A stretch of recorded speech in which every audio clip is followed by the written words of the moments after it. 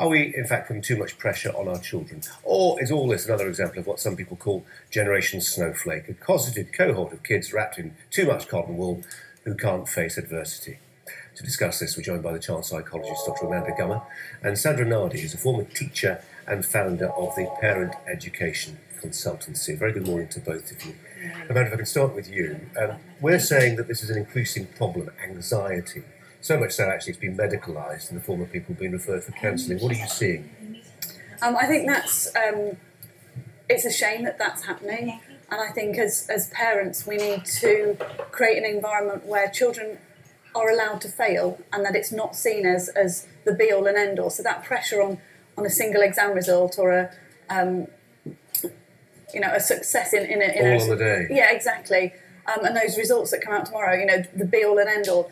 And actually recognising that there is so much more to children or people generally than how they perform in a particular exam is important. And that gives them skills for life as well. It's not just about hothousing and pressure, and helping parents understand the sort of holistic nature of development and that children need to develop in all areas, not just those that are tested by exams, is really important. Sandra, some parents might hear that and say the only problem with it, and I know, if I started stressing the holistic side of education to my children, I'm not sure they'd do more homework. That's very true. I mean, to be honest, these results is the tip of the iceberg. These children, or young people, I should say, that are actually brave enough to pick up the phone, are a very small minority, and I completely admire them picking up the phone. But what about all the children that are young people that are not, especially the boys? And I'm slightly concerned especially that we're not the boys. Yeah, if we looked at the research, it's mainly girls that are actually picking up the phone. What are we doing about boys to support them? Where's their stress? Girls are doing a lot better. I mean, I think I forget what the proportion is, but it's something much bigger than you might think of girls who go on to university now than boys. I think recently, last week, they said maths for the first time, boys are picking up speed. But it's not so much about the results I'm concerned about, it's who's asking for help. And how can we help young people deal with stress, especially boys, and if they're not being supported. And this debate has happening every year, and they're not listening. And it's about time we actually don't just try and find solutions, but actually try and change what the problem is in the first place. Amanda, this debate might happen every year, but there are also long-term trends which, it might be folly to ignore. The knowledge economy matters more, arguably, than it ever has done. There are certain jobs, manual jobs, that young men in particular might have one day gone into that just don't exist anymore. Robotics is not going to slow down that process. So to pretend that, it doesn't matter on the day, that A-levels, it's not that that's wrong as well, isn't it?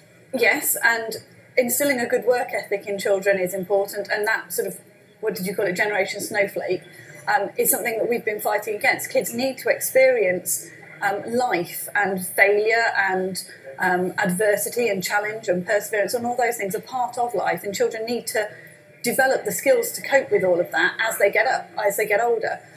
What I think is really important is allowing children the freedom during their young childhood to have those experiences and sort of learn how to deal with winning and losing and that kind of not having competition anywhere, because we don't want to upset children if they lose, has actually come back, and now you are having children who are getting to times in their life where the results matter, and they're not able to cope with the prospect of failure. So, that's true, isn't it? I mean, increasingly a lot of homes are scholarised now. The playroom's turned into a study, getting out to test yourself in the way that Amanda's talking about, learning to overcome hardships, develop a bit of ingenuity, some survival skills. Well, that's fine. It was fine 25, 40 years ago when people played out lots. Now they're ferried over in a car. They've got this pressure from on high. It's a very different kind of childhood experience. It's true, but there's one massive thing that I'm sure we both agree on and that we need to raise is technology. We're in a digital age, and I just don't kids get it. We get it, but I don't understand why the education system doesn't understand that how to use technology that engage children in a platform that they actually naturally enjoy. Young people shouldn't be in a bedroom by themselves studying Shakespeare in a book. It's no wonder the stress. Most English teachers would be the first to point that out. Sorry, who would Most be? English teachers, and theatre studies teachers would be the They first to point would. that out. You know, Shakespeare would be mortified if he found that children are forced to their rooms by themselves to study texts that are really rich, and actually the curriculum is very rich, and it's a wonderful curriculum. But how that children are accessing it, that fits in with what they feel comfortable in, being born in a digital age, is something that I would like to see revolutionised within the. Just develop that point for us. What would you change? I mean, as a former teacher. I mean, as a former teacher, I mean, first, the thing I learnt in my teaching career was actually modelling what's happening in the workforce, problem solving and discussing, and then going to technology and finding solutions.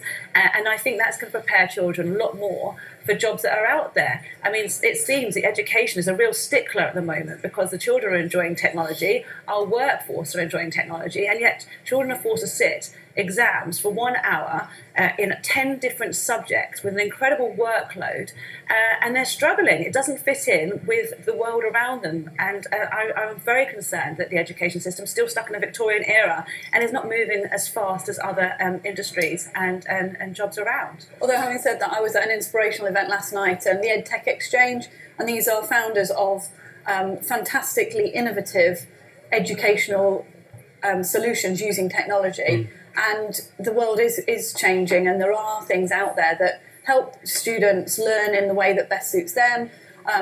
But what I think with all of the technology and the exam stress, what we're failing to do for our children is teach them the emotional development and the skills that they need to, that resilience, the kind of be able to cope with failure, be able to push themselves, be able to take pride in their achievements, but also cope with things when they don't perform as well on the day. So it's that kind of emotional side of things which I would like to see a bit more emphasis on. And the organisation, actually the majority of it is how to organise the workload. I mean, one student said to me, my English teacher thinks it's the only subject I'm studying. Actually the history teacher's throwing it on them, like they've got all the time in the world. The 10 teachers are throwing their own, they've got their own agenda. Now, who's actually managing that whole child's workload? And who's supporting that child to be organised into breaking it down and making it manageable? Well, that's part of the skill, isn't it? Life doesn't ration itself out in dollops that you can manage. But we should be able to teach that skill and to help them organise it. And actually, when I support students, actually the first thing we're doing is teaching how to break it down and to manage it. And that's a skill, I think, which would support their stress. And we've talked about this idea of social media or tech broadly, computers helping people learn. In terms of the pressure, this is a debate that we're having about pressure that's on those sixth-form kids who tomorrow will get the results. Pressure comes from within, pressure comes from parents, it comes from teachers, it comes from peers as well, doesn't it, too? And we know, father of teenage daughters, we know there's a lot that's going on smartphones, not all of it good. No, and I think the different types of pressure need dealing with in different ways. So I think it's good to put pressure on yourself, to challenge yourself, to strive to do the best you can. When we've got the Olympics going on, you see examples of people who have done that and made that commitment, persevered, done really well. I think that's a good trait to instill in children. I think parents can be guilty of putting a bit too much pressure, either because of unfulfilled dreams that they have or keeping up with the Joneses type competition within the community. And I think parents, in order to best support their children, need to allow them to fail, like I said, at an earlier stage where the consequences aren't so damaging or aren't so important.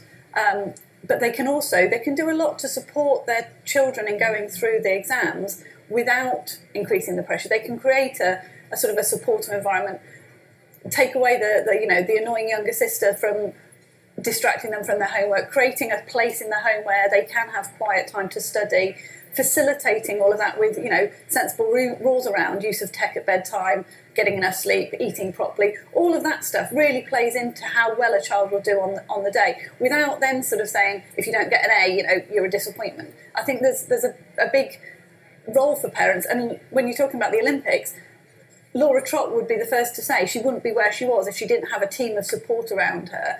And that family environment, yes, they support her and they help her achieve, but the pressure comes from her. And I think that's the message we need to give the kids, that the pressure they need to be responsible for their own achievements, their own failures, and they take that responsibility on themselves and they learn from it. Well, Amanda, you could have almost written my next link, because we were talking about Laura Trott and the team that's behind her. Amanda Plummer, Sandra Nardi, thanks both very much for coming in.